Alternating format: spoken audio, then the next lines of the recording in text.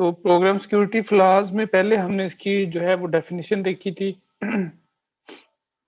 जिसमें मैंने आपको बताया था कि हम सिक्योरिटी फ्लॉ किसको कहते हैं। कोई भी जो अनडिजायर्ड प्रोग्राम बिहेवियर है उसको हम सिक्योरिटी फ्लॉ कहते हैं, ठीक है।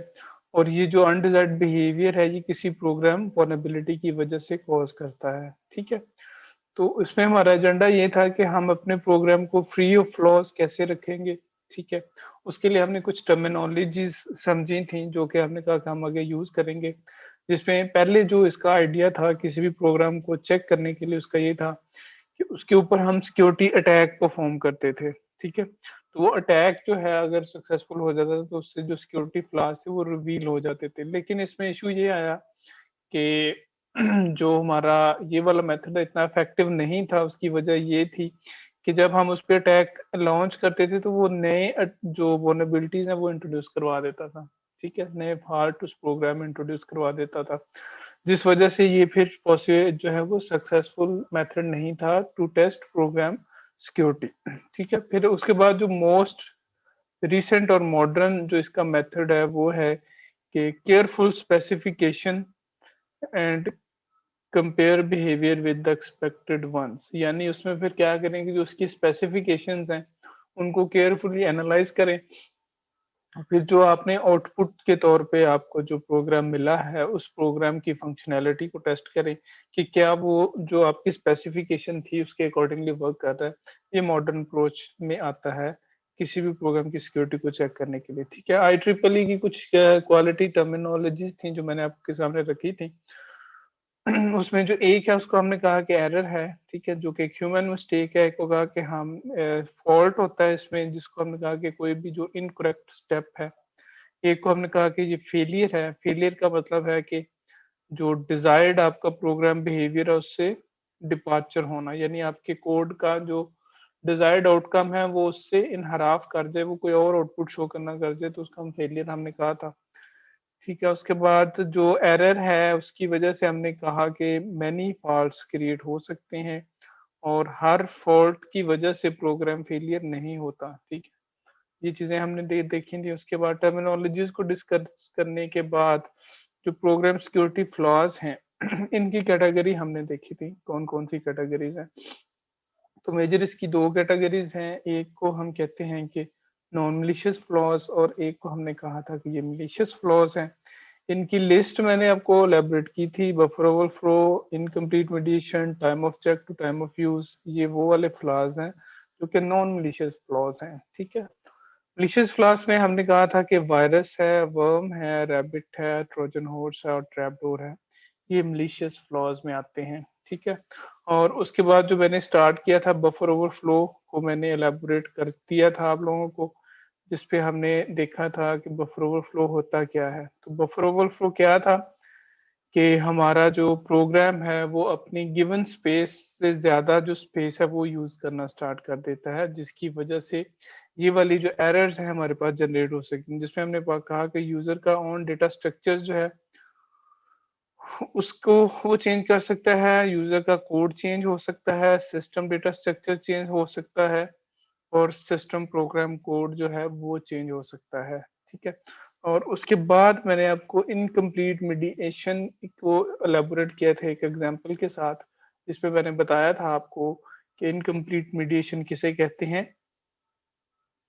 जब हमारा जो कोड है वो incorrect data from the user, user से इनकरेक्ट डेटा एक्सेप्ट कर लेता है। उसकी मैंने आपको एग्जांपल दी थी कि इम्पॉसिबल डेट्स इनकरेक्ट फॉर्मेट, ठीक है, जिसमें मैंने आपको बताया था कि ये फॉर्मेट तो इनका करेक्ट है लेकिन ये इम्पॉसिबल डेट्स हैं, ठीक है।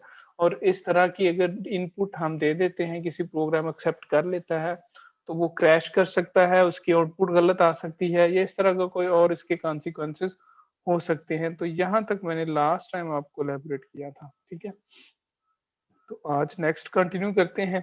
इनकम्प्लीट मीडिएशन की ही नेक्स्ट एग्जांपल है एक जो मैं आपको एलेबोरेट करूंगा कि आपको पता होगा कि जब किसी लेट्स सपोज वेबसाइट्स की हम तो यूआरएल की एग्जांपल ले लेते हैं। एक यूआरएल ये है और एक यूआरएल ये है और यहाँ पे एक और यूआरएल दिया गया है। अब आपको पता है कि जब आप किसी साइट पे जाते हैं तो वहाँ पे अगर कोई फॉर्म वगैरह है, यानी फॉर्म में कोई डेटा आप जो है वो डेटा एंटर करके उसको सबमिट करते हैं, तो वो एक्चुअल में डेटा जो है वो 2 सूरतों में जाता है। आपको पता है कि जो प्रीवियस वर्ज़न थे एचटीएमएल के या पीएचपी के एचटीएमएल के उसमें जो डेटा है, वो आपका अगर आप पोस्ट से कर रहे होते हैं तो वो यूआरएल के थ्रू आपका डेटा जा रहा होता है। यानी जो फॉर्म का डेटा होता है, वो आपके यूआरएल में ही जो है उसको वो रैप करके सेंड करता है सर्वर के पास और सर्वर उसको रिज़ॉल्व करता है। यहाँ पे इतना जो है वो आप देखेंगे जो है वो एक यूआरएल है और उसके बाद यूजर इनपुट में एक पैरामीटर है जो प्रोबेबली एक फोन नंबर है। पैरामीटर 2 में जो है वो एक डेट है जो एक फॉर्म के थ्रू उसने जो है वो सबमिट की है सर्वर को। ठीक है। अब देखिए ये वाली जो डेट है इसको अगर हम इससे रिप्लेस कर दें ये पैरामीटर 2 में, या फिर इसको हम इसके साथ रिप्लेस कर दें, या फिर हम इसको इसके साथ रिप्लेस कर दें, या फिर इसके साथ रिप्लेस कर दें, तो आप इसको मैच करके देख लें, इनका फॉर्मेट तो ट्रू है लेकिन ये हैं रॉन्ग रॉन्ग डेट्स है। लेकिन हम इसको अगर चेंज करते हैं तो ये एक्सेप्ट तो कर लेगा सर्वर, लेकिन उसके जो रिजल्ट होगा वो इनकरेक्ट होगा या वो क्रैश कर जाएगा। इससे थोड़ी और मैं क्लियर एग्जांपल आपको देता हूँ इनकम्प्लीट मीडिएशन की। लेट्स सपोज कि एक वेबसाइट है परचेजिंग की, उस पे आप कोई चीज जो है वो परचेज कर सकते हैं, ऑनलाइन परचेजिंग की वेबसाइट है। तो वहां पे इनकम्प्लीट मीडिएशन की वजह से क्या नुकसान हो सकता है, वो मैं आपको यहाँ पे यूआरएल के थ्रू एलेबोरेट करूंगा। ठीक है। इसको आप देखें कि लेट्स सपोज ये वेबसाइट है www.things.com, ये वेबसाइट है एक स्लैश, वहां पे कोई यूजर ने ऑर्डर प्लेस किया, ये उसका पूरा ऑर्डर प्लेस जब उसने किया तो जब उसने सबमिट का बटन प्रेस किया ना तो ये उस टाइम का ये यूआरएल है। ठीक है। www ऑर्डर्स, उसके बाद फाइनल कस्टमर आईडी यहाँ पे दी हुई है 101, और उसके बाद उसने एक लेट्स सपोज वो स्पेयर पार्ट्स की, बाइक के स्पेयर पार्ट्स की या किसी और जो हार्डवेयर है उसके स्पेयर पार्ट्स की वो ऑनलाइन परचेजिंग कर रहा है। उसमें उसने एक पार्ट जो है जिसका सीरियल नंबर 55555A है वो उसने ऑर्डर किया है, और उसकी जो क्वांटिटी है वो उसने 20 उसके पीसेस जो है उसकी क्वांटिटी के ऑर्डर किए हैं, और उसकी जो प्राइस है वो 10 है पर पीस, और शिपमेंट उसने कहा कि वो थ्रू बोट करेगा, और शिपमेंट कॉस्ट जो है वो उसकी 5 है। ठीक है। तो आप ये 20 पीसेस की प्राइस के साथ इसको करें तो ये आपके पास 200 बन जाएगा, और 5 रुपए जो है वो 5 जो है वो उसकी कॉस्ट है शिपमेंट की, तो 205 ये इसकी टोटल कॉस्ट बन रही है जब उसने ऑर्डर प्लेस किया। ठीक है। अब देखें अगर ये वाला जो यूआरएल है इसको चेंज कर दिया जाए तो क्या होगा। अब उसने जो बंदा था जो ऑर्डर प्लेस कर रहा था उसने क्लेवरली क्या किया, इस सिस्टम को डॉज किया। कैसे डॉज किया उसने, क्या देखें, उसने वही वाला यूआरएल जो है उसको कॉपी किया, और करने के बाद उस यूआरएल को एडिट किया। एडिट कैसे, यहाँ पे देखें पार्ट वही है उसका, क्वांटिटी भी उतनी है, और यहाँ पे प्राइस इसकी 10 है लेकिन इसने ये प्राइस को चेंज कर दिया इन यूआरएल, उसको 1 कर दिया, और उसकी जो बोट कास्ट है शिपमेंट कास्ट है वो 5 ही रही। अब अगर टोटल वो उसको मल्टीप्लाई करेगा तो ये इसकी कॉस्ट बन रही है 25। अब देखिए 20 ही स्पेयर पार्ट्स हैं यहाँ पे और 20 ही यहाँ पे हैं, लेकिन यहाँ पे इसकी कॉस्ट टोटल बन रही है 205 और यहाँ पे बन रही है 25। तो देखें ये ड्यूरिंग सबमिशन उसने यूआरएल चेंज कर दिया, जिसकी वजह से आप देखें कि उस वेबसाइट को कितना लॉस हो सकता है या हुआ होगा, जिसकी ये एग्जांपल आपको दी जा रही है। अब देखें इस वजह से, ये इनकम्प्लीट मीडिएशन की वजह से आपका जो प्रोग्राम है वो रॉन्ग जो इंफॉर्मेशन उसको एक्सेप्ट कर रहा है, जिसकी वजह से उसका जो मैकेनिज्म है उसको उसको एक्सप्लॉइट करके जो यूजर है वो बेनिफिट ले रहा है। ठीक है। तो इस तरह का जो प्रोसेस है इसको कहते हैं इनकम्प्लीट मीडिएशन। ठीक है।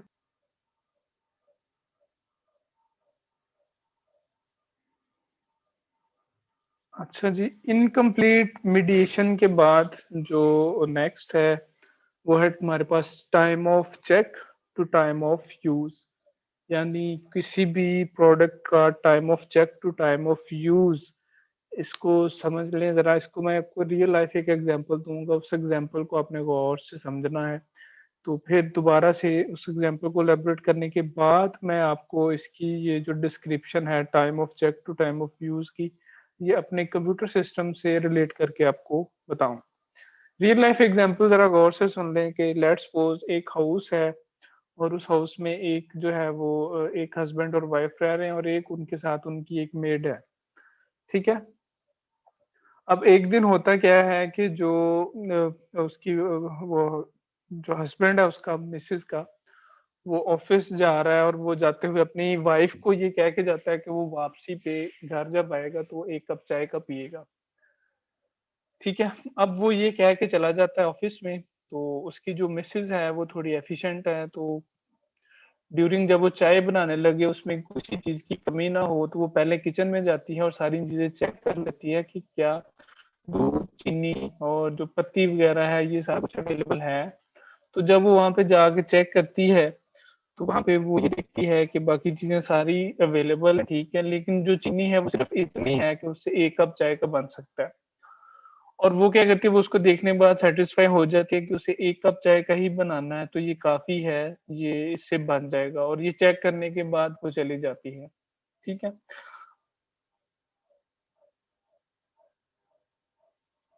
अब उसके बाद क्या होता है कि जब वो चली जाती है, उनकी मेड आती है, वो घर की सफाई वगैरह करती है और एट द एंड जो वो किचन को साफ करने के बाद जाने लगती है, तो वो ये सोचती है कि काम उसने कर लिया है, तो चलो वो 1 कप चाय का बना के पी ले। तो उनकी जो मेड है, वो क्या करती है, वो उसी चीनी को जो कि 1 कप के लिए ही है, उसको कंज़्यूम करती है और वो चाय बना के पी लेती है और चली जाती है।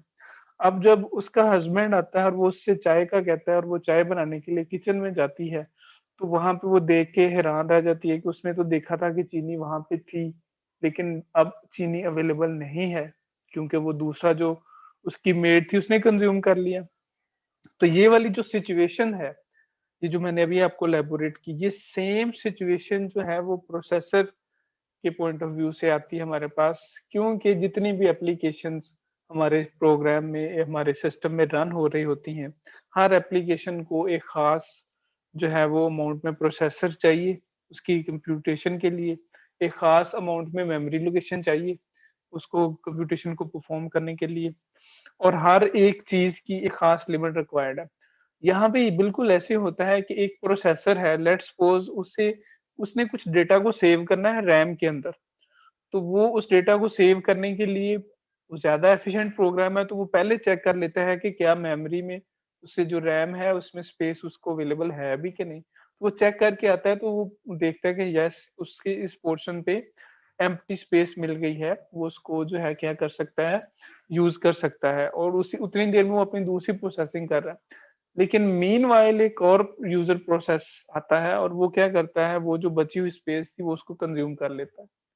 अब वो दोबारा से वो जो प्रीवियस एप्लीकेशन थी, वो जब दोबारा से उस एरिया में रैम को अपनी रैम में मेमोरी को स्टोर करने के लिए आएगी, यानी रैम में डेटा को स्टोर करने के लिए उस लोकेशन पे पहुँचेगी, तो उसे पता चलेगा उस प्रोसेस को कि वो तो स्पेस यूज़ हो चुकी है, जिसकी वजह से अब क्या होगा, वो प्रोग्राम जो है वो क्रैश कर जाएगा, ठीक है?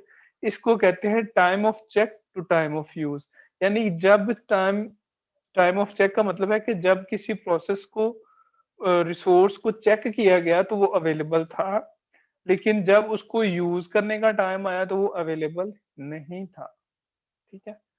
इसको कहते हैं time of check to time of use. अब मैं आपको इसकी डेफिनेशन एलैबोरेट कर देता हूँ। Time of check to time of use states that a race condition, operating system में भी आपने रेस कंडीशन को पढ़ा होगा। क्या ना कर if the state of the system, यानी सिस्टम की जो स्टेट है, changes between the moment when someone some condition was checked, यानी वही बात हो रही है कि जब उसको चेक किया गया, कंडीशन को चेक किया गया बाय अ प्रोसेस, किसी प्रोसेस से, and the moment when the action was taken, और दूसरा मोमेंट जब उसने उस एक्शन को परफॉर्म करना था, तो उसी कंडीशन की बेस पे बाय द सेम प्रोसेस, तो उसमें जो डिफरेंस है उसको फिर हम कहते हैं कि ये time of check to time of use की वजह से क्या हुआ, वो प्रोग्राम जो है वो क्रैश कर गया, ठीक है? जो मैंने अभी आपको एग्जांपल एलेबोरेट की मेड वाली, उसके साथ मैं आपको यहाँ पे अगेन एलेबोरेट कर देता हूँ। अब देखिए यहाँ पे कि लेट्स सपोज जो मैंने आपको रियल लाइफ एग्जांपल दी उसमें जो प्रोसेस 1 है उसको हमने कहा वो शहाना है यानी उसकी मिसेज है, और प्रोसेस 2 जो है वो उनकी मेड है, ठीक है। तो प्रोसेस 1 ने क्या किया, enter kitchen if sugar is an enough quantity sleep few hours. अब यहाँ पे ये प्रोसेस स्लीपिंग मोड में चला गया। जो प्रोसेस 2 था ये enter kitchen if sugar is in enough quantity use sugar to make tea tea ready return, और इसने इसके स्लीपिंग टाइम में ये जो इतना स्लीपिंग टाइम में था वो इस रिसोर्स को यूज कर लिया। अब ये जब ये प्रोसेस अवेक किया इसने किया use sugar to make tea, no sugar left surprised process crashed, ठीक है। ये वाली एग्जांपल है, उसके साथ आप इसको मैप कर लें। तो ये वाला जो सिनारियो है इसको कहते हैं time of check to time of use, यानी जब एक चीज चेक की गई और जब उसको यूज किया गया उन दोनों में डिफरेंस है। जो मलिशियस फ्लॉज या मलिशियस कोड ये वो वाले फ्लॉज होते हैं जो डेलिबरेटली इंट्रोड्यूस करवाए जाते हैं किसी भी प्रोग्राम में, किसी सॉफ्टवेयर में या किसी सिस्टम में, ठीक है। तो इनको फिर हम मलिशियस कोड इसीलिए कहते हैं क्योंकि ये जानबूझ के इनको इंट्रोड्यूस करवाया जाता है। उनमें फर्स्ट पे और मोस्ट फेमस जो है वो वायरस है, जिसको आप लोग वायरस बोलते हैं। सो वायरस की जो प्रॉपर्टी है वो देख लें। एक तो ये attach itself to a program और data passing malicious code onto non-malicious program by modifying them। यानी ये करता क्या है वायरस, ये खुद को अटैच कर लेता है किसी प्रोग्राम डेटा के साथ या फिर प्रोग्राम के साथ, और जो मलिशियस कोड है वो पीस ऑफ कोड जो है वो नॉन मलिशियस प्रोग्राम, यानी जो प्रोग्राम पहले ठीक चल रहे थे उनमें कोई मसला नहीं था, वो कोई एरर जनरेट नहीं कर रहे थे, उनके कोड को ये मॉडिफाई करना स्टार्ट कर देता है। तो ये क्या है, जो हमारे पास वायरस है ये मलिशियस फ्लॉज में आता है या फिर या इसको मलिशियस कोड कह सकते हैं, ठीक है। सेकंड जो पॉइंट है हमारे पास वो है ट्रोजन हॉर्स का, has non obvious malicious effects in addition to its obvious primary effects।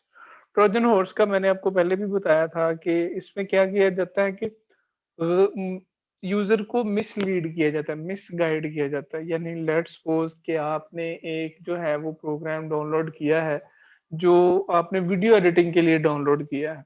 तो वो करता क्या है, वो एक तो वीडियो एडिटिंग कर रहा है लेकिन वो बैक एंड पे या हिडन पे कुछ प्रोग्राम जो सिस्टम का डेटा है वो स्टील कर रहा है, जो आपकी वाइटल इंफॉर्मेशन है उनको स्टील कर रहा है। तो इस तरह का जो बिहेवियर है उसको मैंने कहा था कि ये ट्रोजन हॉर्स का बिहेवियर होता है, ठीक है। जिसके मलिशियस फ्लॉज जो इफेक्ट भी हैं और नॉन जो मलिशियस है वो इफेक्ट भी हैं। यानी एक तो वो एक्चुअल में काम भी कर रहा है, वर्किंग भी कर रहा है, यूजर सेटिस्फाइड भी है उससे कि उसका काम हो रहा है, उसको जो फंक्शनैलिटी रिक्वायर्ड है वो उसको परफॉर्म कर रहा है। लेकिन उसके साथ साथ वो क्या कर रहा है, कुछ हिडन उसकी ऐसी प्रॉपर्टीज हैं जो प्रोग्राम को दूसरे प्रोग्राम को क्या कर रही हैं, उनकी फंक्शनैलिटी को डिसरप्ट कर रही हैं, ठीक है। तो इस तरह के बिहेवियर रखने वाले जो कोड है उसको हम ट्रोजन हॉर्स कहते हैं। उसके बाद लॉजिक या फिर time bomb has malicious effect when triggered by certain conditions। कई दफा ऐसा होता है कि कुछ फोल्डर्स या कुछ ड्राइव के फोल्डर्स या आप किसी यूएसबी जिसमें वायरस हो उसको ओपन करें, तो उसके फोल्डर को जब ओपन करते हैं तो तब वो वायरस स्प्रेड करना स्टार्ट कर देता है, ठीक है। उसको लॉजिक या टाइम बम इसको कहते हैं कि यानी जब कोई कंडीशन मीट होती है, कोई ट्रिगर जनरेट होता है तो तब वो क्या होता है, एक्टिवेट हो जाता है, ठीक है। उसके बाद जो हमारे पास ट्रैप डोर या फिर आप इसको बैक डोर कह सकते हैं, ये क्या करता है, gives intruder access to computer. यानी हो सकता है कि ये किसी यूएसबी के थ्रू आपके सिस्टम में आए और सिस्टम में आने के बाद क्या करे, ये सिस्टम में इस तरह के लूप होल जनरेट कर दे कि कोई इसको रिमोटली एक्सेस कर सके, इसके डेटा को कॉपी करना स्टार्ट कर दे। इस तरह के जो इफेक्ट हैं वो फिर जो जनरेट करता है वो ये ट्रैप डोर या बैक डोर इसको कहते हैं, ये करता है। इंट्रूडर्स का वर्ड नया है यहाँ पे, इसको समझ लें। इंट्रूडर कहते हैं कि कोई भी ऐसा पर्सन जो अनऑथराइज्डली आपके डेटा को एक्सेस करने की कोशिश कर रहा है, उसको हम इंट्रूडर बोलते हैं, ठीक है? उसके बाद हमारे पास वर्म है। वर्म क्या है? ये स्टैंड अलोन प्रोग्राम है। क्या करता है ये? Which spreads copies of itself via network, यानी ये नेटवर्क के थ्रू अपनी कॉपी सारे सिस्टम के ऊपर स्प्रेड करता जाता है। यानी आप एक लैब की एग्जांपल ले लें कि लैब के किसी एक सिस्टम पे ये इंस्टॉल हो गया वर्म, तो ये क्या करेगा? ये बाकी जितने लैब के सिस्टम है या उस नेटवर्क से जितने भी सिस्टम कनेक्टेड है सबको अफेक्ट करेगा। ठीक है? ये प्रॉपर्टी वर्म की होती है। उसके बाद रैबिट है। रैबिट क्या करता है? Reproduce itself continuously to exhaust system resources, यानी ये क्या करता है? अपनी कॉपीज बिल्ड किए जाता है। कॉपीज बिल्ड किया जाता है ताकि आपका जो प्रोसेसर है वो डाउन हो जाए, उसकी जो फंक्शनैलिटी है वो कम हो जाए। ये उसको क्या करता है? रैबिट इसको रिप्रोड्यूस करता है अपने आप को, उसकी कॉपीज बिल्ड किए जाता है, ठीक है? जिससे सिस्टम हेल्ड हो सकता है, हैंग हो सकता है, आपकी रैम जो है उसका जो ओवरफ्लो हो सकता है, इस तरह की इसकी जो है वो इस वजह से अफेक्ट हो सकते हैं आपके सिस्टम को।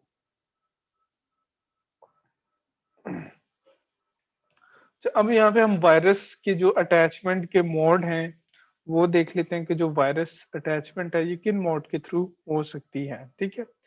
फर्स्ट पे जो मोड है ये तो है virus can attach itself to program और डेटा बाय, कैसे कर सकता है ये? अपेंडिंग कर सकता है itself, so virus code is activated when program is run, ये अपने आप को अपेंड कर लेता है किसी प्रोग्राम के साथ कि जब वो प्रोग्राम रन होता है तो साथ में ये भी एक्टिवेट हो जाता है। ठीक है? एक तो इसकी ये कैपेबिलिटी है। फिर लेट्स सपोज़ आपने टोरेंट फाइल डाउनलोड की हुई है या टोरेंट है आपके पास, तो जब आप यूटोरेंट की एप्लीकेशन को एग्ज़ीक्यूट करेंगे तो साथ में ये भी एग्ज़ीक्यूट हो जाएगा, ठीक है? या फिर ये क्या क्या करता है? Integrating itself into a program so virus code is spread out on its target program, यानी क्या करता है? ये अपने आप को किसी प्रोग्राम के साथ इंटीग्रेट कर लेता है, ठीक? पहले वाले में था कि ये किसी दूसरे के साथ अपेंड करके एग्जीक्यूशन अपने परफॉर्म करता है जब वो वाला कोड रन होता है। इंटीग्रेशन में ये क्या करता है कि किसी प्रोग्राम के साथ इंटीग्रेट हो जाता है और उस प्रोग्राम का जो कोड है उस कोड में स्प्रेड आउट कर जाता है, जिसकी वजह से उसकी फंक्शनैलिटी डिस्टर्ब हो सकती है या उसका डेटा स्टील कर सकते हैं या इस तरह की दूसरी जो आपकी मिलिशियस एक्टिविटीज है उनको परफॉर्म कर सकता है। या फिर ये क्या कर सकता है? इंटीग्रेटिंग इटसेल्फ इनटू डेटा, किसी डेटा रिकॉर्ड के साथ, आप जैसे डेटा पीडीएफ फाइल के साथ, किसी आपकी वर्ड फाइल के साथ, नोटपैड की फाइल की फॉर्म में, as an executable text macro, जिसमें वो एग्जीक्यूटेबल फाइल की फॉर्म में अटैच हो जाता है। मैक्रो जो है ये एक प्रोग्रामिंग फैसिलिटी आती है, ये जो वर्ड की एप्लीकेशन है सब में, एमएस वर्ड में, एक्सेल में और दूसरी में, जिसमें आप क्या कर सकते हैं? छोटा मोटा कोड जो है वो आप उसमें लिख सकते हैं कोई खास एक्टिविटी परफॉर्म करने के लिए। तो ये मैक्रो की फॉर्म में किसी टेक्स्ट के साथ भी अटैच हो सकता है, जिससे कई दफा ऐसा होता है कि आप नेट से कोई पीपीटी प्रेजेंटेशन की फाइल जो है वो आप डाउनलोड करते हैं, तो उस फाइल के साथ ये अटैच होता है एज अ मैक्रो। इसीलिए आपको सिस्टम अलर्ट भी करता है कि ये जो आपको प्रोटेक्टेड व्यू में पहले फाइल दिखाता है ताकि आपकी इस तरह के जो मैक्रोज हैं ये रन ना हो जिनमें वायरस हो सकता है, ठीक है? वर्ड डॉक्यूमेंट आप डाउनलोड करते हैं तो आप देखेंगे जो अभी जो रिसेंट आपका जो ऑफिस की एप्लीकेशन है वो उसको एडिटेबल फॉर्म में नहीं ओपन करती, बल्कि उसको प्रोटेक्टेड व्यू में आपको दिखाती है ताकि अगर उसके साथ कोई मैलिशियस कोड अटैच हो तो वो सिस्टम में स्प्रेड ना करे, ठीक है? अच्छा, जब वायरस एक्टिवेट होता है तो उसके क्या असरात हो सकते हैं, ठीक है? वो एक दफा देख लें आप। एक तो ये कि can cause direct and immediate harm, यानी कई दफा ऐसा होता है कि इतना आप जो हैवी वायरस होता है कि आपने अगर विंडो की ही है अभी तो पूरी विंडो को करप्ट कर देता है, आपका सिस्टम ही नहीं बूट करता, ठीक है? उसके डायरेक्ट एंड इमीडिएट इफेक्ट हैं, ठीक है? उसने सारा ही आपके ऑपरेटिंग सिस्टम को ही करप्ट कर दिया, ठीक है?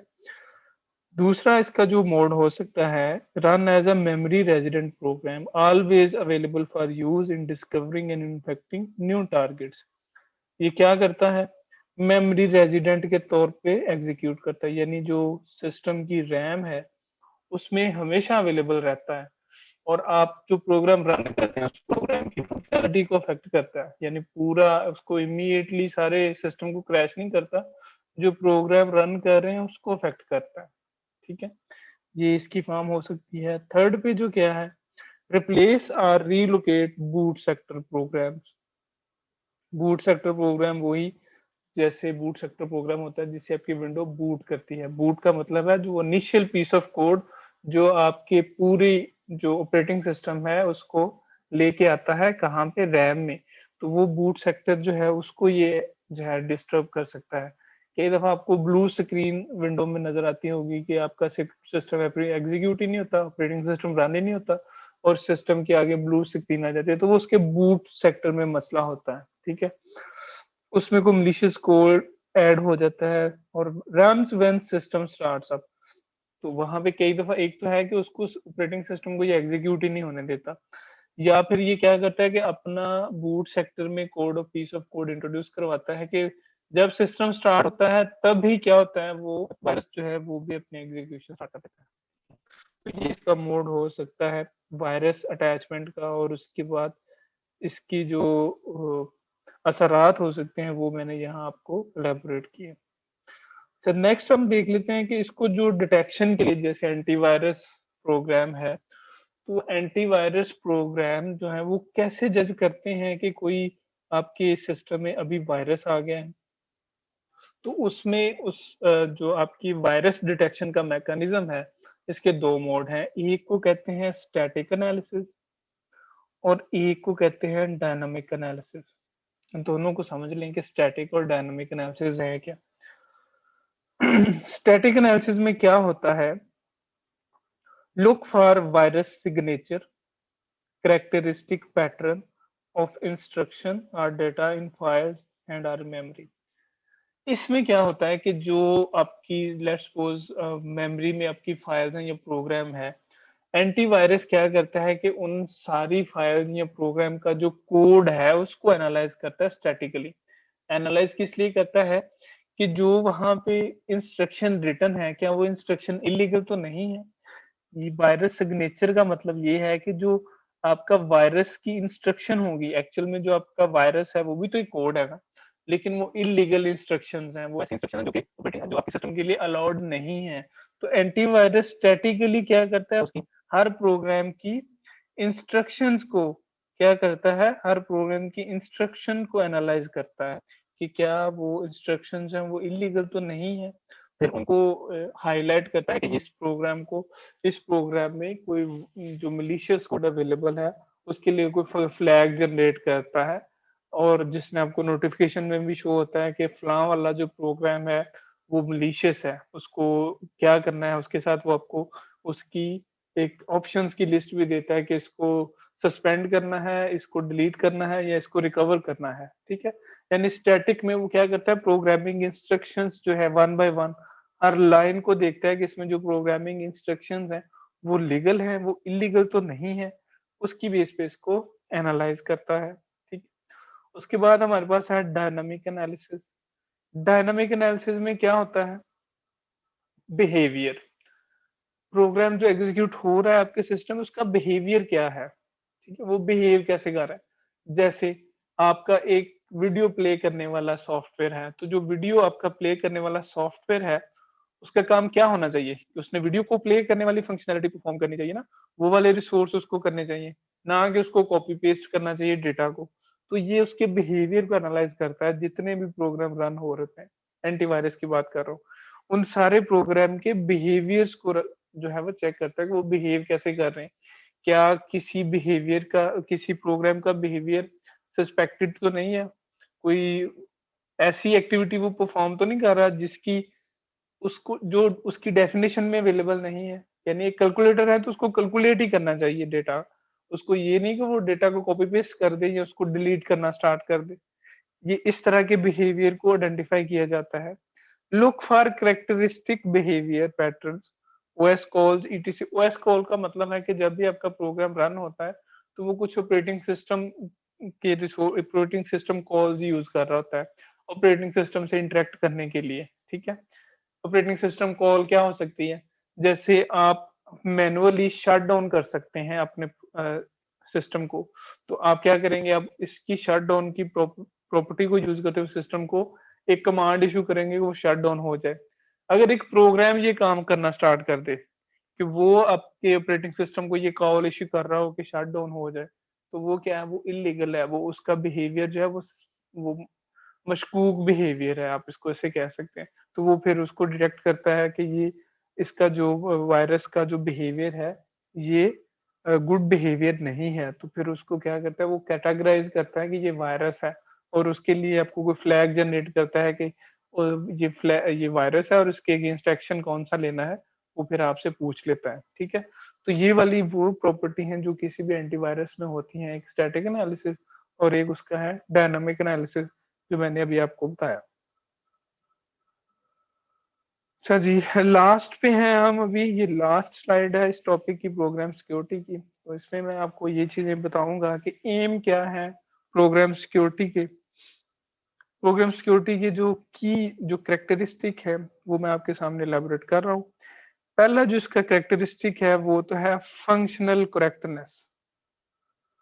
फंक्शनल करेक्टनेस का मतलब है कि कोई भी जो प्रोग्राम है उसकी जो फंक्शनल रिक्वायरमेंट है जिसके लिए उसको बिल्ड किया गया है, वो वाली रिक्वायरमेंट के अकॉर्डिंग उसकी वर्किंग होनी चाहिए, ठीक है। तो program does what it is suppose to do, यानी प्रोग्राम वही करे जो सपोज किया गया है कि उसे करना चाहिए, उसकी एक्टिविटी कोई दूसरी तरह की ना हो जो कि रिक्वायर्ड ही नहीं है।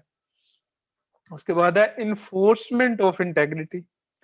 इसका मतलब क्या है, इसका मतलब ये है कि वो रोबोस्ट हो, ठीक है।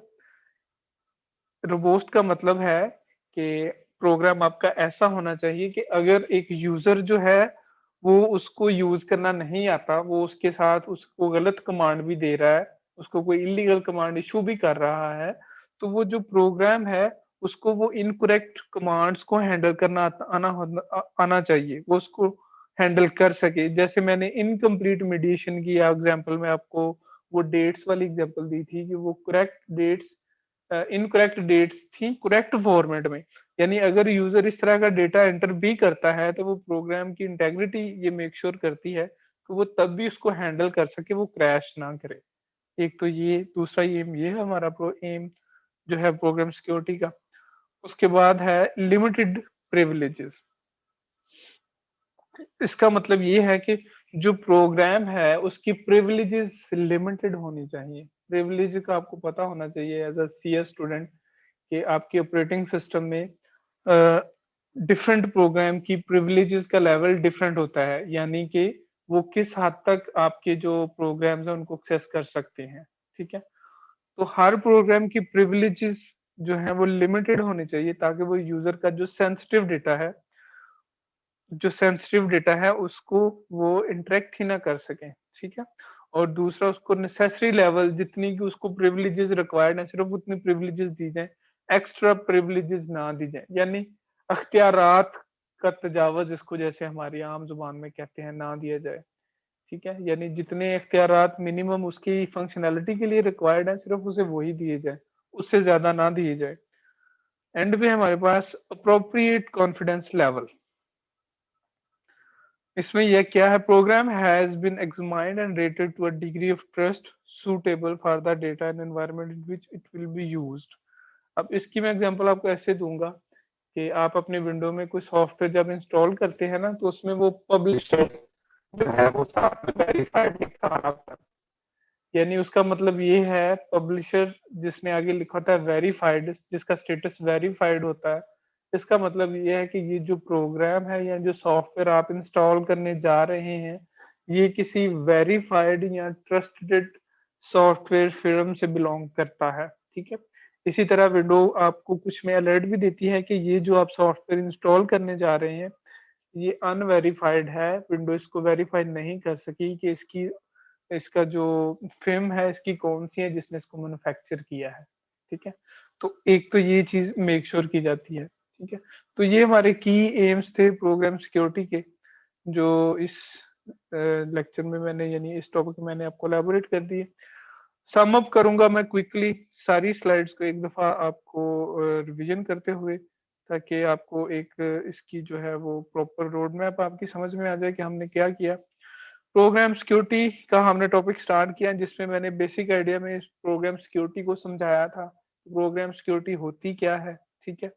जिसमें हमने कुछ टर्मिनोलॉजी सीखी थी जिसमें एरर, फॉल्ट और फेलियर का कॉन्सेप्ट आपको दिया कि एरर जो है वो क्या होता है, फॉल्ट किसको कहते हैं, फेलियर क्या है, ठीक है?